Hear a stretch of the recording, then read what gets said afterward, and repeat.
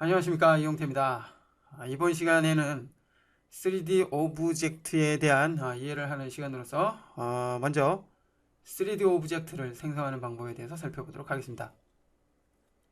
시네마 4D와 같은 3D 툴에서 3D 오브젝트라는 것은 뭐 X, Y축, 즉 평면의 모습만 보이는 것이 아니라 뎁스죠. 깊이에 대한 축, 이 축을 X축이라고 하죠.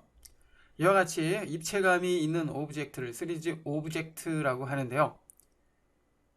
시네마 4D와 같은 3D 툴에서는 이러한 3D 오브젝트를 생성을 해서 우리가 원하는 모양의 오브젝트, 뭐 캐릭터와 같은 뭐 다양한 오브젝트를 이제 생성을 해주게 됩니다. 3D 오브젝트를 생성하는 방법은 여러 가지가 있는데요. 그 중에서 가장 기본적인 것은 오브젝트 툴 그룹에서 꾹 누르고 있으면 다양한 기본 도형이 생성이 되는데요. 이 기본 도형을 뭐 원시 도형이라고 또 하고요. 널 오브젝트, 보이지 않는 이제 투명 오브젝트죠. 일반적으로 이제 제어를 할 때 사용되는 그런 오브젝트로 사용됩니다. 그 밖에 뭐 큐브, 콘, 실린더, 디스크, 바닥, 작은 바닥을 표현을 해주는 플레인, 그 다음에 폴리곤, 그 다음에 구처럼 둥근 스피어, 토러스 등 다양한 오브젝트를 생성을 해줄 수가 있는데, 여기에서 사용되는 기본 도형은 우리가 어렸을 때 지점토죠, 뭐 찰흙 같은 이 덩어리를 손으로 만지작만지작거리면서 원하는 모양을 만든 것처럼 최종적으로 만들고자 하는 그 모양과 가장 유사한 오브젝트를 가지고 이제 편집을 하게 되는데요. 자, 가령 컵을 만들겠다. 자, 그러면 컵하고 가장 가까운 실린더, 그죠? 그리고 뭐 주사위나 큐브와 같은 그런 사각형, 정육면체 뭐 오브젝트를 만들겠다. 그럼 큐브, 그죠? 뭐 빌딩이나 뭐 이러한 사각형 그런 건축을 표현할 때도 뭐 큐브를 이용을 해서 만들기 시작을 하면 될 것입니다.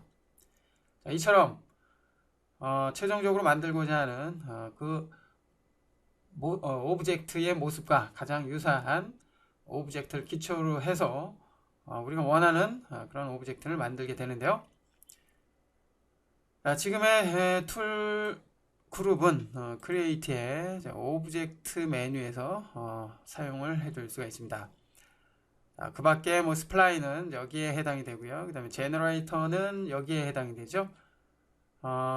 현재 지금 강의를 15버전으로 하고 있는데 14버전까지는 지금의 이 제너레이터 메뉴가 하이퍼넙스라는 넙스라는 그런 이제 이름으로 사용이 되는데요.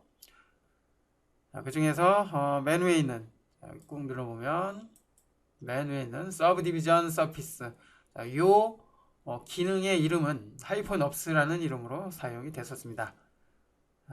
15버전부터는 이름이 바뀌었기 때문에 이제 서브디비전 서피스라는 이름을 우리가 기억을 해줘야 되겠죠. 자, 여기서 먼저 뭐 하나의 오브젝트를 만들어 볼까요? 자, 큐브를 하나 적용을 해줍니다. 기본적으로 이렇게 진한 회색으로 만들어지는데요. 참고로 지금의 이 기본 도형의 색깔은 원하는 색깔로 바꿔줄 수도 있습니다. 자, 베이직에 가서 컬러를 ON으로 해서 기본 컬러를 설정을 해줄 수도 있고요.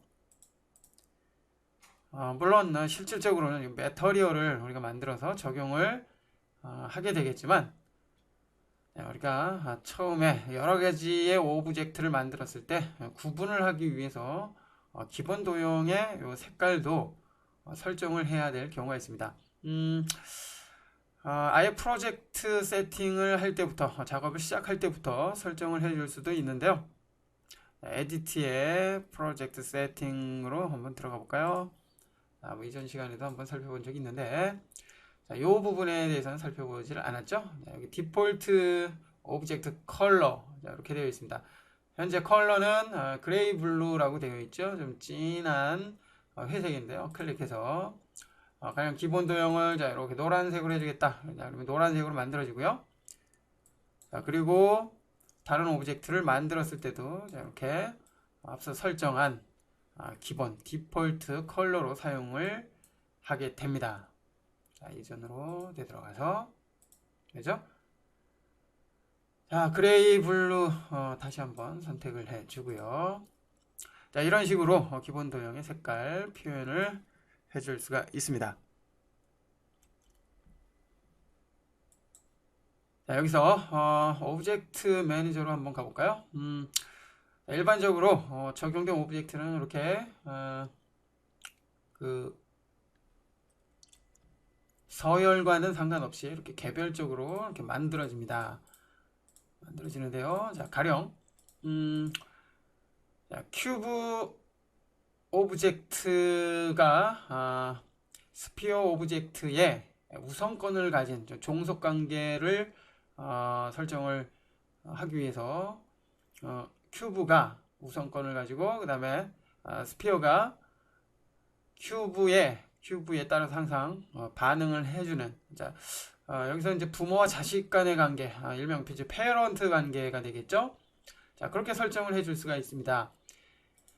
스피어 오브젝트를 끌어서 클릭 드래그 해서 자, 이렇게 큐브 아래쪽에 집어넣습니다. 아래쪽 방향의 화살표가 보일 때 마우스 버튼에 손을 떼면 자, 그 안쪽으로 이렇게 쏙 들어가게 되죠. 자, 이것을 종속관계, 즉 하이어라키라고 해주는데요. 자, 하이 오브젝트인 스피어를 선택을 해주고 이동을 하면 선택된 스피어 오브젝트만 움직이게 됩니다. 자, 그런데 큐브 오브젝트를 선택을 해주고 움직여 보면 큐브 오브젝트에 종속되어 있는 스피어 오브젝트도 같이 이렇게 움직이는 것을 알 수가 있고요. 회전 툴을 사용을 해서 회전을 해보면 역시 같이 회전이 됩니다. 자, 컨트롤 Z. 자, 그리고 스케일 툴을 사용을 해서 클릭 드래그 해서 크기를 조절을 했을 때도 역시 마찬가지로 크기가 같이 조절이 되는 것을 알 수가 있죠. 자, 이와 같은 관계를 종속 관계, 즉 하이어라키라고 설정을 우리가 이해를 해주면 되는데요. 자, 우측에 잠깐 이 부분을 살펴볼 필요가 있죠. 체크가 되어 있는데요. 체크가 되어 있다는 것은 현재 사용이 된다는 것입니다. 클릭해서 꺼주면 완전히 사라집니다. 렌더를 했을 때도 이렇게 사라지는 것을 알 수가 있고요. 자, 그런데 중간에 있는 작은 원 두 개가 있죠. 두 개가. 자, 위에 있는 원은 위에 있는 원은 지금 뷰포트 상에서 작업을 할 때 오브젝트를 보여주거나 숨겨놓을 때 사용이 됩니다. 초록색은 그 상위 계층일 경우에는 뭐 아무런 변화가 없고요. 자, 다시 한번 클릭해서 빨간색으로 하면 완전히 사라지는 것을 알 수가 있죠. 자, 완전히 사라지지만 그 속성은 그대로 가지고 있습니다. 물론 렌더를 통해서는 표현이 되지 않고요. 자, 가장 상위에 있는 오브젝트가 즉 어미 오브젝트가 보이지 않기 때문에 아래쪽에 있는 종속된 스피어 오브젝트도 보이지 않는 것을 알 수가 있습니다. 자, 여기에서 종속되어진 스피어 오브젝트의 모습을 보이게 한다면 자, 역시 위쪽에 있는 자, 이 부분을 클릭해서 초록색으로 만들어주면 종속이 되어 있는 그러니까 가장 상위 계층인 오브젝트가 보이지 않더라도 자, 그 하에 종속된 오브젝트의 모습은 보이게 됩니다. 자, 이럴 때 지금 초록색을 사용을 하게 되겠고요. 다시 한번 꺼주면 사라집니다. 됐죠? 자, 그리고 아래쪽은 이제 렌더에 대한 건데요. 역시 같은 개념으로 사용이 됩니다. 자, 그렇지만 뷰포트에서 작업을 할 때 보여주는 것이 아니라 렌더를 할 때 자, 현재는 보이죠? 렌더를 할 때는 사라지게 됩니다. 역시 종속된 하이 오브젝트의 모습도 렌더를 통해서 새롭게 설정을 해줄 수가 있는데요. 상위 오브젝트인 큐브가 렌더를 할 때 보이지 않게 했지만 현재는 렌더를 할 때 이제 초록색으로 해놨기 때문에 종속된 오브젝트일지라도 렌더링 할 때는 이렇게 보이게 됩니다. 자, 이럴 때 지금의 이 기능들을 사용을 하게 되고요. 자, 여기서 두 개의 요 기능을 한 번에 설정을 하고자 한다면 Alt 키를 누른 상태에서 클릭하면 두 개가 동시에 설정이 됩니다. 참고하시고요. 자, 그리고 이 부분은 이제 레이어 부분입니다. 레이어. 자, 레이어. 포토샵에서 레이어의 개념과 동일한데요. 여러 개의 아주 복잡한 형태의 작업을 할 때, 즉 여러 개의 오브젝트를 만들고 작업을 할 때 각각의 레이어를 만들어 놓고 그 레이어의 특정 오브젝트를 관리를 한다면 공간을 좀 여유롭게 우리가 활용을 할 수가 있겠죠.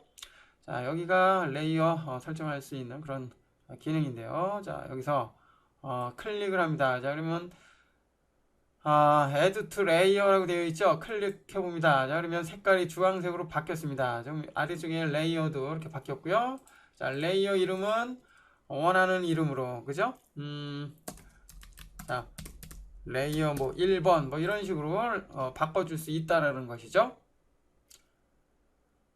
자, 뭐 이런 식으로 이제 여러 개의 레이어를 만들어 줄 수도 있고요.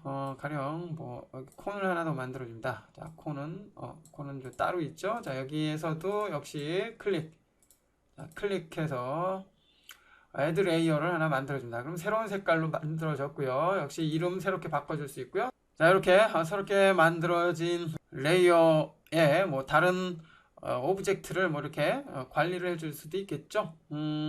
자, 이거 이렇게 드래그해서 종속 상태에서 이제 해제를 해주고요. 가령 스피어 오브젝트는 자, Add to 레이어에서 어떤 레이어에 포함을 할 것인지 색깔을 기준으로 해서 볼까요? 자, 여기에서 지금 주황색을 해볼까요?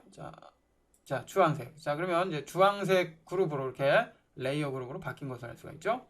자, 이런 식으로 레이어를 이제 관리를 해주면 되는데요.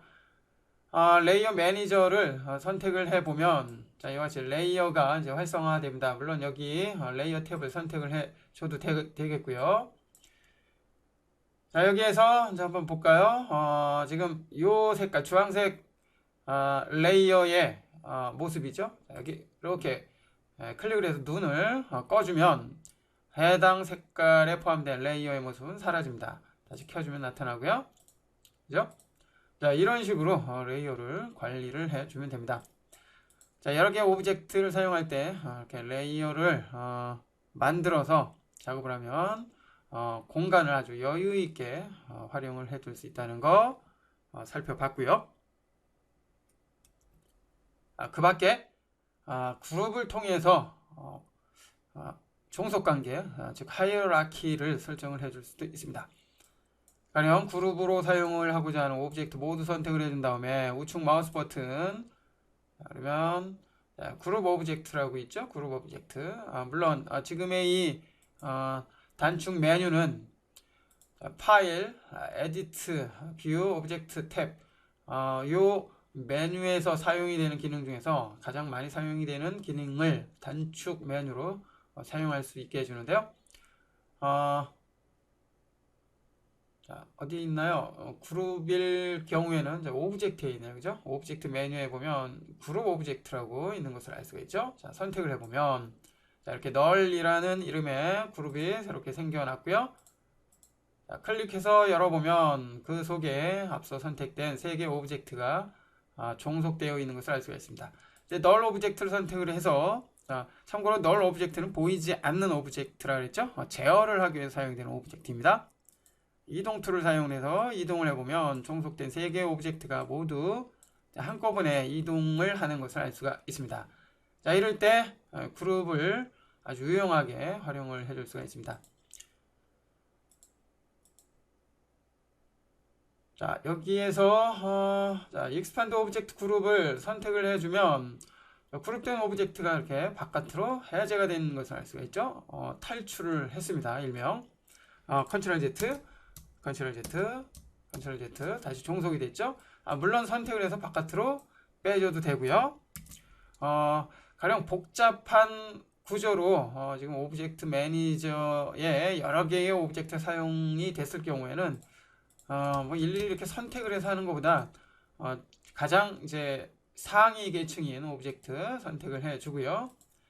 그 다음에 expand 오브젝트 그룹을 사용을 하면 그 안에 종속되어 있던 오브젝트를 바깥으로 이렇게 내보낼 수가 있습니다. 자, 이 부분도 한번 참고를 해 보시는 것이 좋겠죠. 이번 시간에는 오브젝트를 생성을 하는 3D 오브젝트를 생성하는 방법에 대해 살펴봤는데요. 오브젝트를 생성하는 방법은 지금 살펴본 것처럼 뭐 이렇게 기본 도형을 이용을 하는 것뿐만 아니라 선을 먼저 그려놓고 거기에 두께감을 주는 방법 등 이제 다양한 방법을 활용을 할 수가 있습니다. 뭐 스플라인을 통해서 3D 오브젝트를 만드는 방법은 해당 강좌에서 보다 자세히 살펴보기로 하고요. 지금의 기본 도형을 통해서 오브젝트를 만드는 과정, 여러분들이 원하는 오브젝트를 만들기 위한 아주 기본적인 방법이기 때문에 내가 만들고자 하는 최종 오브젝트의 모양과 작업에 적합한 그 기본 도형이 어떤 것인가에 대한 그런 생각을 많이 해야 할 것입니다.